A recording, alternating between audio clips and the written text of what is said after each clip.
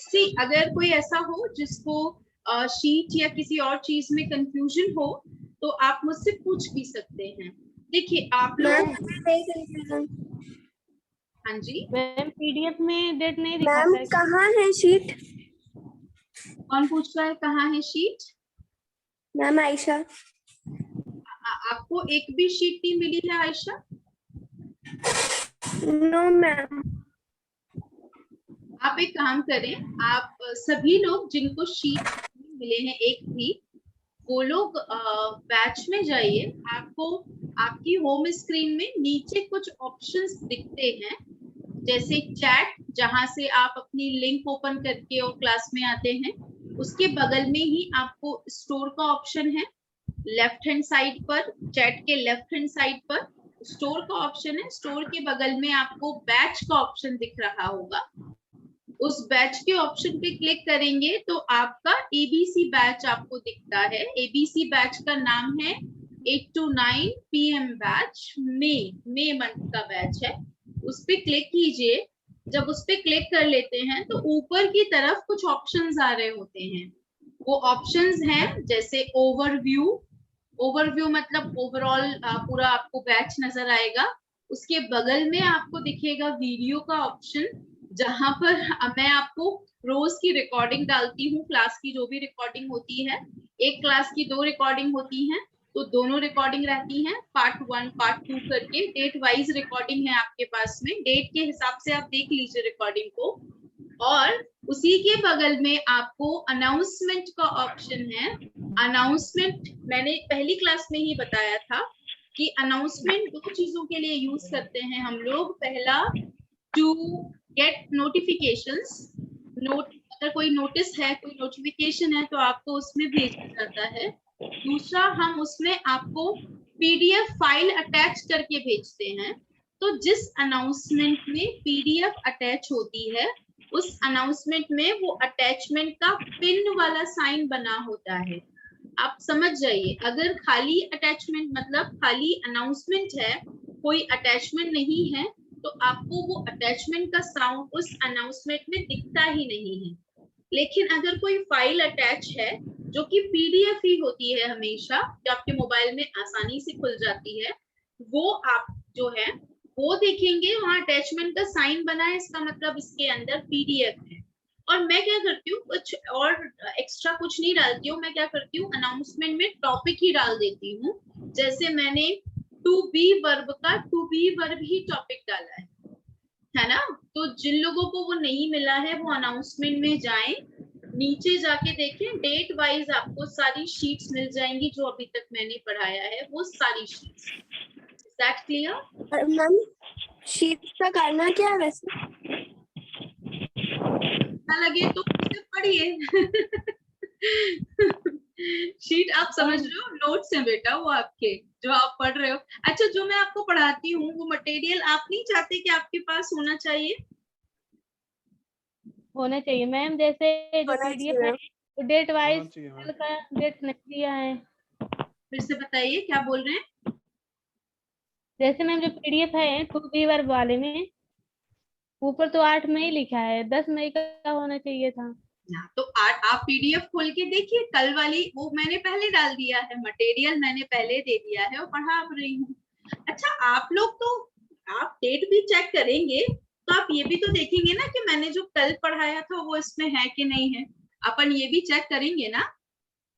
नहीं ma'am, check किए थे, बस वही सोच रहे थे कि 8 वाला है, कल पढ़ाई थी मैम, बस यही कंफ्यूज था कि पहले से। नहीं, वो मैं पहले डाल देती हूँ, वो इसलिए डाल देती हूँ क्योंकि कभी कभी ऐसा होता है ना, कुछ टॉपिक्स कुछ स्टूडेंट्स ऐसे भी होते हैं जो पहले से रीड करते हैं, मतलब एक अच्छे सोच के साथ कि चलो पहले डाल देते हैं, वो मैं डाल देती हूँ, ऐसा करती हूँ, है ना। Okay ma'am. जिन आप लोग है ना, सब लोग को लगता ही होगा ना नोट्स चाहिए भाई, आगे कभी पढ़ना हो तो पढ़ सकते हैं, तो पढ़िए, उसको नोट्स आपके लिए ही है ना। तो वो पढ़िए, वो आपकी शीट्स है, आप उन्हें डाउनलोड कर लीजिए, ठीक है। Yes ma'am. कोई और क्वेश्चन है किसी के पास में इससे रिलेटेड? कोई क्वेश्चन गाइस? वीडियोस भी देखिए, है ना, watch the videos also, date wise है वीडियोस, आप रोज वीडियो देखिए। और आपके पास में 2 शीट्स हैं, वो सारे वीडियोस उन 2 शीट्स के अंदर हैं। और बड़ी बड़ी शीट्स होती हैं, छोटी नहीं है, 7-7 पेजेस की एक शीट है। सो यू कैन अंडरस्टैंड कि वो सारे टॉपिक्स अपन एक दिन में कवर नहीं कर सकते, तो अपन डे वाइज लेके चलते हैं कि इतना पहले दिन पढ़ा, इतना सेकेंड डे पढ़ा, आपके पास सब अवेलेबल है। Okay okay, so shall I start the topic today? शुरू करें? Yes yes ma'am. Ma'am. Good, चलो तो सब लोग अपने एकदम से सारे कानों को, जितने भी कान हैं आपके पास में, वो खोलेंगे और मेरे क्वेश्चंस का जवाब आप लोग चैट बॉक्स में देंगे। नोबडी विल स्पीक, ये टेस्ट है, ये एक ऐसी एक्टिविटी है जो आपकी मेमोरी है उसको चेक करने के लिए है ये एक्टिविटी। तो आप लोग है ना, मुझे सिर्फ चैट में जवाब देंगे। मैंने चैट ओपन करके रखा हुआ है, रचना ने गुड इवनिंग कहा है, गुड इवनिंग रचना। सो हम लोग क्या करेंगे, आप लोग मुझे चैट में ही आंसर देना, टाइप करके ही आंसर देना, ठीक है? चलिए, तो मेरा पहला जो क्वेश्चन है, वो मेरा पहला क्वेश्चन है, मुझे आप इज़ेमार या बी वर्ब की थर्ड फॉर्म लिखकर बताएंगे। इज़ेमार या बी वर्ब की आप लोग मुझे थर्ड फॉर्म बताएंगे। टाइप करते जाइए, मैं सबका आंसर देखती जा रही हूँ। Very good Ajay. आप लोग मुझे डायरेक्ट भी भेज सकते हैं, किसी को लगता है ना कि हम दूसरों पे रिवील नहीं करना चाहते हैं, वेरी गुड। जैसे रियांशी ने डायरेक्ट भेजा है, इस तरह ही आप डायरेक्ट भेज सकते हैं। It is like bean, very good, bean, very nice, good, very good. तो जिन लोगों ने बहुत फटाफट आंसर दिया है, दे आर द विनर्स। जैसे Amit, Simi, Shivangi, Riyanshi, Shivraj, Ayesha, Ravi, Rachna, Ajay. Ajay was the first person and वो विनर है आज इस आंसर के, ठीक है? सो ये हो गया हमारा क्या क्या तो थर्ड Thank फॉर्म you, हमारी इज़ेमार की होती है, वेलकम बेटा। थर्ड फॉर्म हमारी इज़ेमार की होती है बीन, बीन होती है। मैम हम भी भेजे हैं, मेरा नहीं शो कर रहा है। हाँ जी, मैम हम भी सोनी भी भेजी हैं। अच्छा आपने भेजा है, देखो जरा। दिखाई तो नहीं दे रहा है। कोई बात नहीं, अपन ढूंढ लेंगे, कोई इशू नहीं है। आपने ना किसी और को भेज दिया शायद, खुशबू तोमर को भेजिए, माय नेम इज खुशबू, है ना? अगर डायरेक्ट भेजना है तो मुझे भेजिए, ठीक है? ओके चलिए, ये जिसने सारे आंसर्स दिए हैं अजय ने, वो कंसीडर नहीं किया जाएगा। अजय एक एक आंसर कंसीडर करेंगे, ठीक है? ओके, नेक्स्ट है, ध्यान से फिर से सुनिए, है ना? रेडी रेडी, सब लोग रेडी हो जाएंगे। सोनी आप भी रेडी हो जाइए। जो इज़ेमार है, मुझे उसकी सेकंड फॉर्म बताएंगे टाइप करके, come on.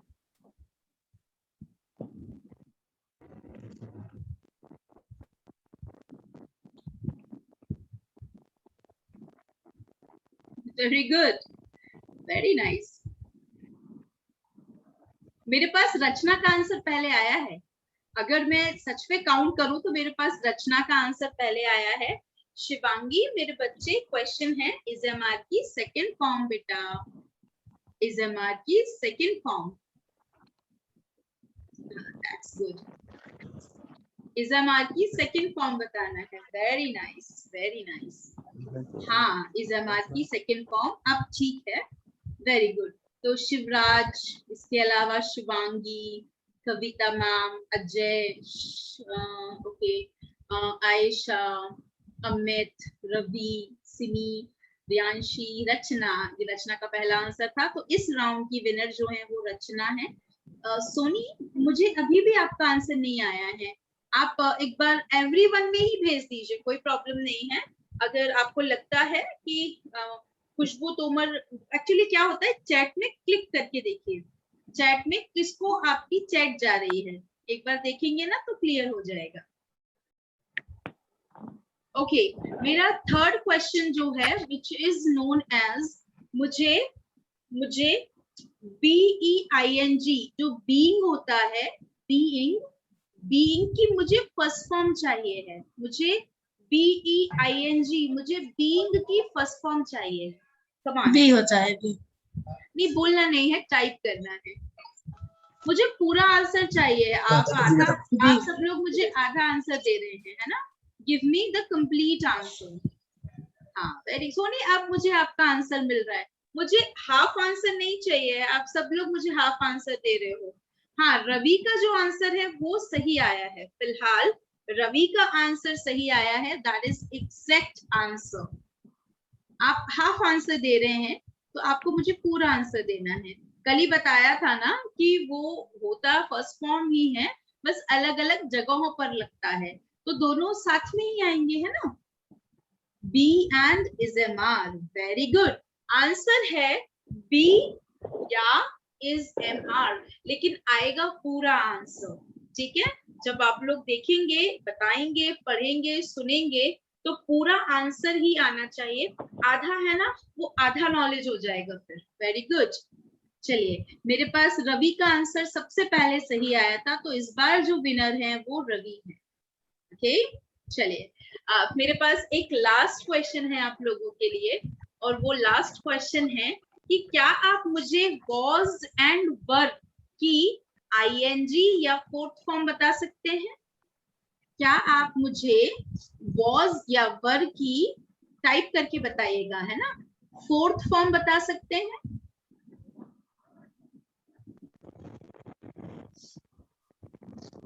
Okay, I got first answer, fourth form. Ajay, fourth form बेटा, फोर्थ फॉर्म, आईएनजी या fourth form. Very good, very good, क्या बात है, वेरी नाइस। तो यहाँ पर I am getting everyone's answer, सभी का आंसर बिल्कुल सही है, बीइंग, BEING, बीइंग, है ना। तो बीइंग जो है that is the right answer, और जो सबसे पहला आंसर मेरे पास आया था वो है रचना का। So yeah, Rachna is the winner of this. Okay, अब ये जो मैं विनर बता रही हूँ, ये एक तरह का रिवॉर्ड है उन लोगों के लिए जिन्होंने अपनी मेमोरी को बहुत अलर्ट रखा और आंसर्स दिए, और बाकी लोग जिन्होंने अपनी मेमोरी में ये चीज सेट करके रखी बिना किसी कंफ्यूजन के, है ना। So for everyone there is a clap for you. Okay, clap from my side, very good. यही चीज है जो आपको हमेशा मेमोराइज करना है, बी वर्ब या इज एम आर के बारे में। गाइस, चीजों को याद करने से ही चीजें बनती हैं, और जब आप याद करते हैं, उसे मेमोराइज कर लेते हैं, तो वो सेट हो जाती हैं फॉर्मूलाज की तरह, ठीक है। अब आगे बढ़ते हैं। कल मैंने आपको ये भी कहा था कि हम लोग वर्ब को सब्जेक्ट्स के हिसाब से लगाते हैं। अभी हम लोगों ने जो वर्ब पढ़ी थी वो इज एम आर है।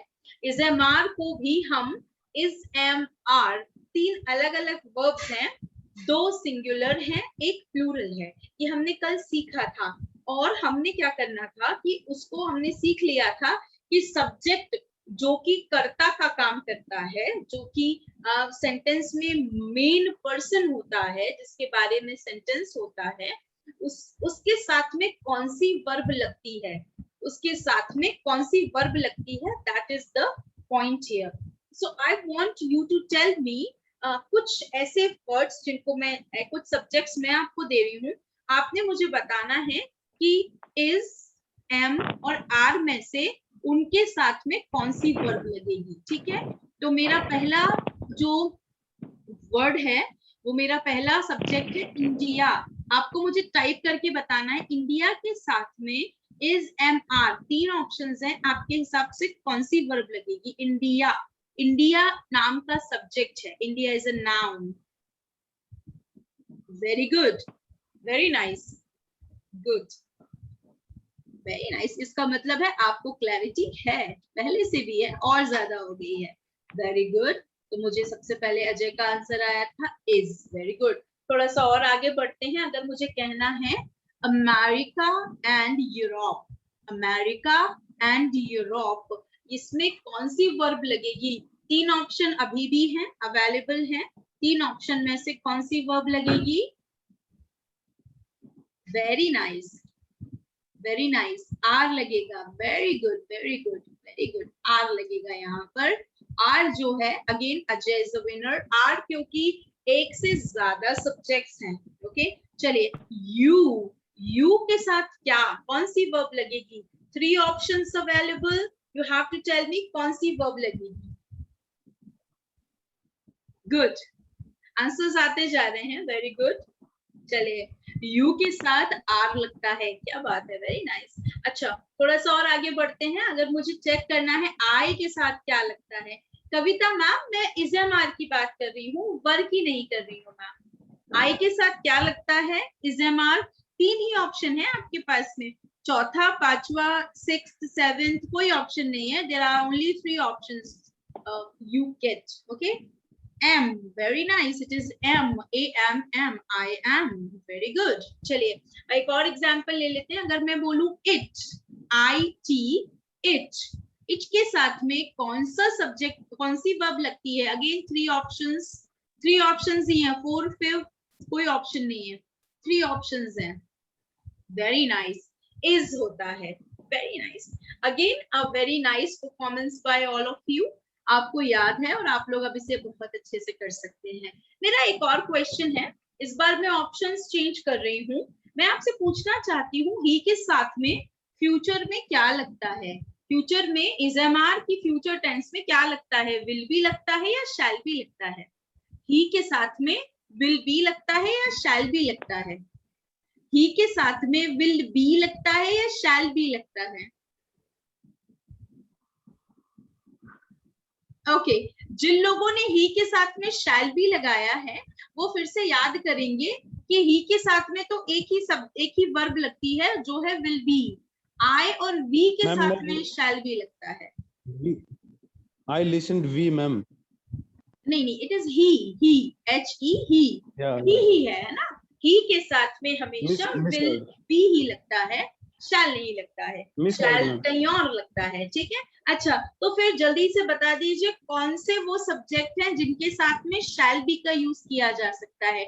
Write those 2 subjects from me, come on, write those subject, come on, very good. I and we, put the comma also, I and we, very good, very nice. अच्छा, चलिए एक और example, एक और question पूछना चाहती हूँ।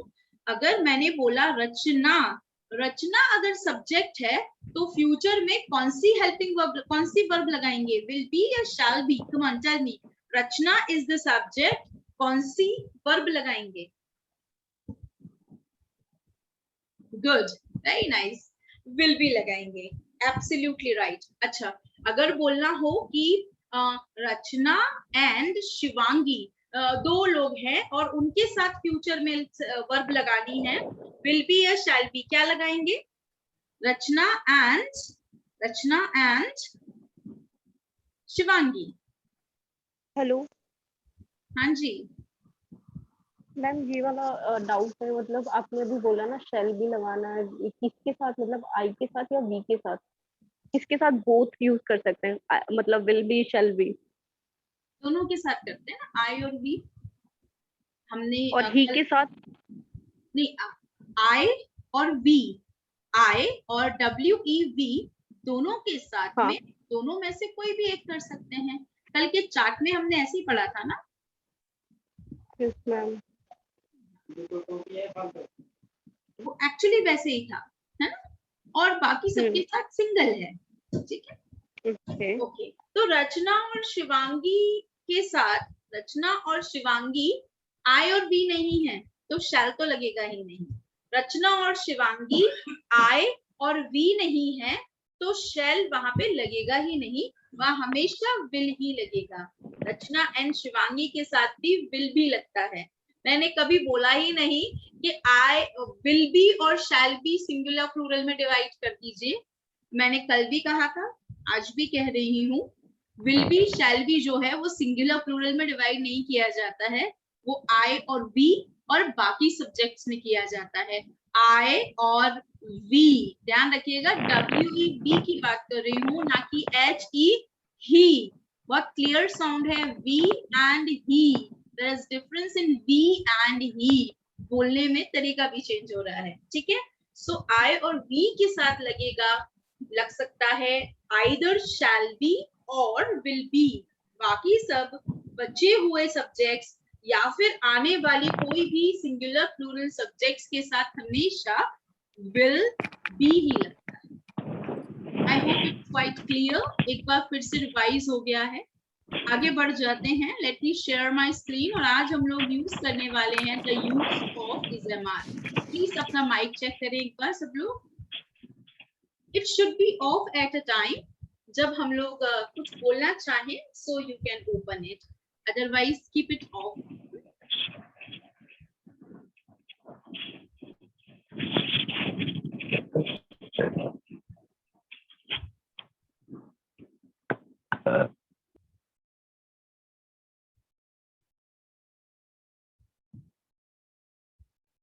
चलिए, रिवीजन हो गया है। टेस्ट एक्टिविटी के साथ साथ में हमने रिवीजन भी कर लिया था। और जो लोग अभी क्वेश्चंस पूछ रहे थे कि मैम किसके साथ शैल भी लगेगा, आई और वी के साथ में, ये दोनों के साथ में, कल आपने जो बताया था, आप लोग तो ये चार्ट ध्यान से देख लीजिए, आपकी सारी कंफ्यूजन्स क्लियर हो जाएंगी। आई के साथ एम लगता है प्रेजेंट में, वॉज लगता है पास्ट में, और फ्यूचर में या तो लगता है विल बी या शैल बी। दोनों में से कोई भी एक ऑप्शन आप ले सकते हैं। चार्ट को ध्यान से देखिए, सब कुछ इसमें लिखा हुआ है। वी के साथ प्रेजेंट में लगता है आर, पास्ट में लगता है वर क्योंकि प्लूरल है, और फ्यूचर में लगता है या तो विल बी या शैल बी। एक ऑप्शन आप ले सकते हैं। बाकी सबको ध्यान से देखेंगे तो विल बी ही लगा है, शैल बी लगा ही नहीं है। किसी भी कंडीशन में शैल बी नहीं लगा है। सो चार्ट ध्यान से अगर आप ये बस पढ़ लेंगे ना तो भी क्लियर हो जाएगा आपको। ठीक है, अब हम शॉर्ट फॉर्म्स बाद में करेंगे क्योंकि शॉर्ट फॉर्म्स प्रैक्टिस थोड़ा बाद में करते हैं। हम लोग आगे बढ़ते हैं और सीखते हैं यूज ऑफ इजएमआर। जी हाँ, यूज ऑफ इजएमआर को दो तरीके से, इजएमआर या इसकी पूरी फैमिली को, इजएमआर की पूरी family present, past and future को हम दो तरीके से यूज करते हैं। एक हम यूज करते हैं सिंपल टेंस में, it is called main verb. Simple tense में इसको मेन वर्ब की तरह यूज करते हैं, और कंटिन्यूअस टेंसेस में इसे हेल्पिंग वर्ब की तरह यूज करते हैं। Let me give an example in front of you. Example है I am a student. I am a student. आप ये पूरा सेंटेंस ध्यान से देखिए और आप मुझे बताइए कि इसके अंदर आपको कितनी वर्ब्स नजर आती हैं। Can somebody tell me? One. One. Can you name? नाम बता सकते हैं? एम। एम है। ओके, बाकी लोगों को क्या नजरिया है? What is your opinion about it? कितनी वर्ब्स हैं? Please tell me. One. Am हाँ जी। Am verb, am main verb की तरह काम कर रही है मैम। ये एम ही एक अकेली वर्ब है। आपको लगे कि हमको कैसे पता चला कि वही मेन वर्ब है, तो अब मैं आपको बताना चाहूंगी इसलिए पता चला क्योंकि दूसरी कोई नॉन एक्शनिंग दिख रही है, दूसरी कोई वर्ब ही नहीं दिख रही है। आई हम जानते हैं सब्जेक्ट है जो कि प्रोनाउन है। ए हम जानते हैं बचपन से एक आर्टिकल है, और स्टूडेंट एक नाम है, एक कैटेगरी है, वो तो वर्ब हो ही नहीं सकता। ना वो पोजेशन बता रहा है, ना वो एक्शन बता रहा है, ना वो नॉन एक्शन बता रहा है। तो याद रखिएगा कि यहाँ पर एम ही मेन वर्ब है और वही सब कुछ है, वही आपकी मेन वर्ब है, और वही जो है वो मेन नॉन एक्शन का काम कर रही है, पर है वही मेन। यहाँ पे कोई हेल्पिंग वर्ब है ही नहीं। एक और सेंटेंस लेते हैं। Let us take one more sentence here, और यू जस्ट टेल मी, इस सेंटेंस में आप मुझे बताना कौन सी मेन वर्ब है। You have to identify main verb once again. I am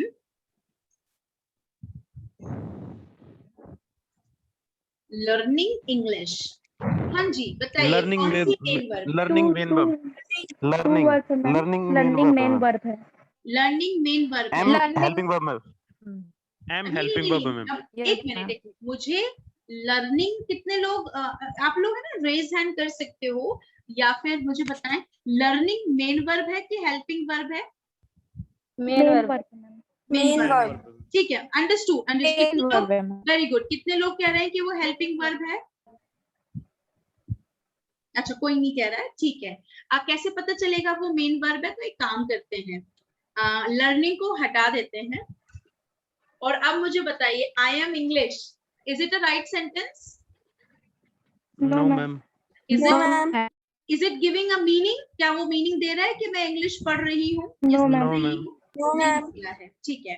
तो इसका मतलब है लर्निंग के बिना सेंटेंस इनकम्प्लीट है। सेंटेंस तो है पर इनकम्प्लीट है, पूरा मीनिंग जो हम देना चाह रहे हैं वो नहीं दे रहा है। अच्छा, मैं काम करती हूँ, एम हटा देती हूँ, क्या सेंटेंस फिर भी मीनिंग दे रहा है I learning English?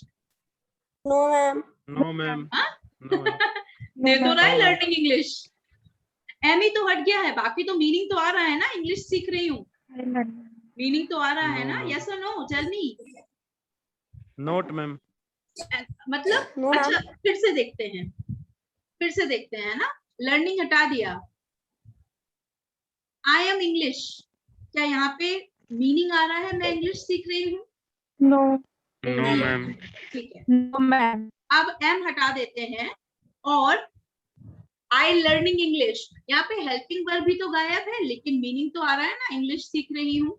M I right और नॉट? Yes, ma'am. हाँ, Yes, तो ma'am. हेल्पिंग वर्ब केवल टेंस को कंप्लीट करने के लिए, टेंस की रूल को कंप्लीट करने के लिए लगाना जरूरी है, तो वो केवल हेल्प कर रही है, उसका अपना कोई मीनिंग नहीं होता है।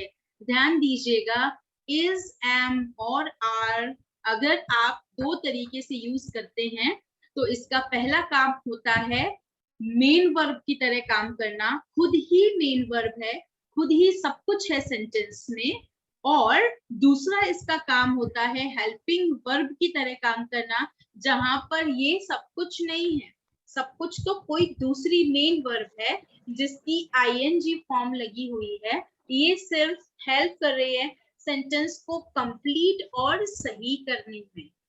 ठीक है, कंप्लीट और सही करने में हेल्प कर रही है, बाकी इसका अपना कोई मीनिंग नहीं है। तो ध्यान रखिएगा कि इज़एमआर दो तरीके से यूज होती है, दो अलग अलग टेंसेस टाइप्स में यूज होती है।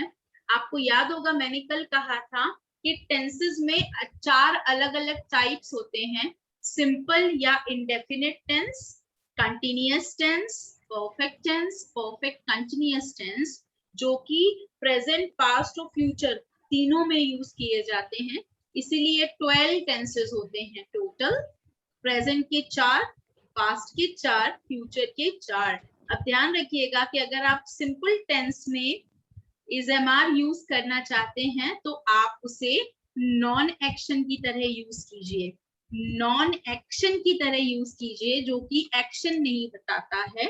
और अगर आप उसे कंटिन्यूअस टेंस में यूज करते हैं जो कि करना ही है, क्योंकि इस टेंस का स्ट्रक्चर ही वो होता है, स्ट्रक्चर होता है सब्जेक्ट के बाद इज़एमआर, इज़एमआर मतलब ऑप्शन के हिसाब से, जैसा सब्जेक्ट वैसी वर्ब चूज करना है इज़एमआर में से, एंड देन वर्ब की आईएनजी फॉर्म लगाना है, फिर ऑब्जेक्ट लगाना पड़ता है। ये कंटिन्यूअस टेंस हम आगे पढ़ने वाले हैं, अभी नहीं पढ़ेंगे, अभी तो सिर्फ ये देख रहे हैं कि इज़एमआर काम क्या करती है।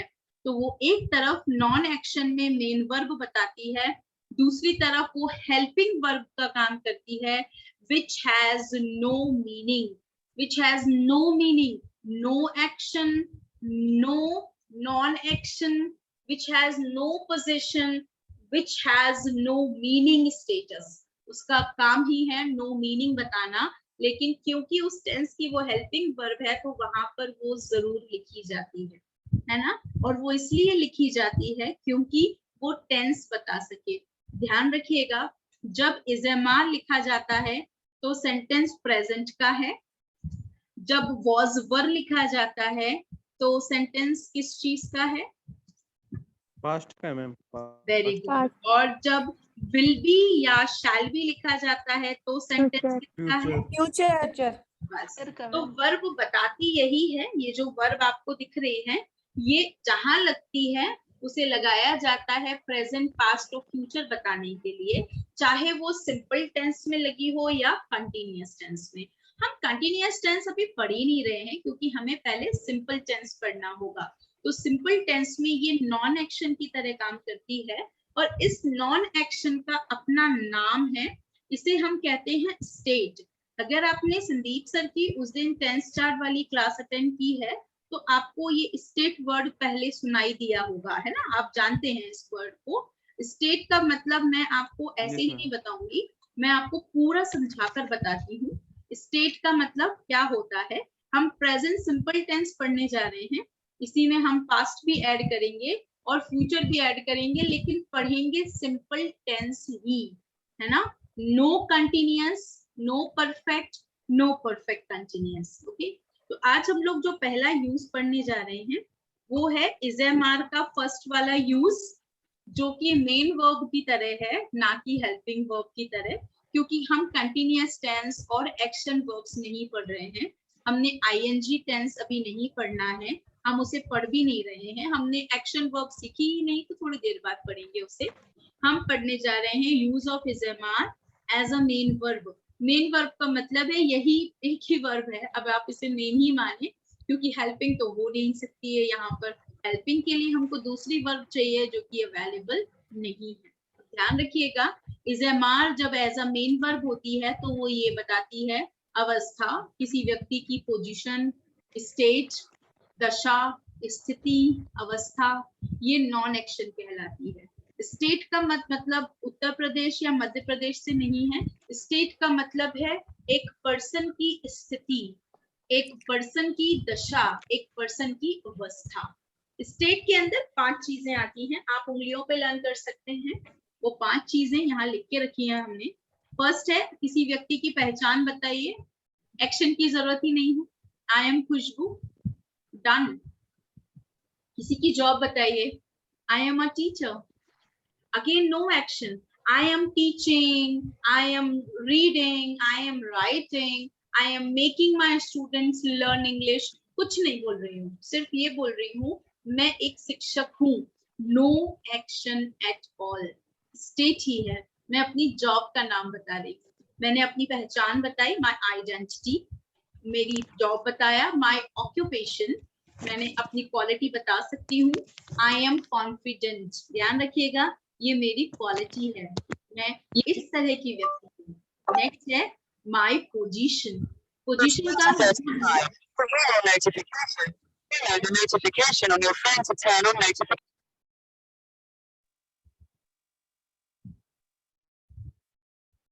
पोजीशन का मतलब है स्थिति। मेरी करंट पोजीशन है तो मैं अपने रूम में हूँ, आई एम इन रूम, और मैं अपनी क्लास में हूँ, I M in my class. अच्छा, I am sitting in my class, I am sleeping in my room, I am reading in my room. कुछ भी नहीं है, नो एक्शन। मैंने बोला ही नहीं आई am sitting in my room, मैं तो कह रही हूँ मैं अपनी क्लास में हूँ, I M in the class.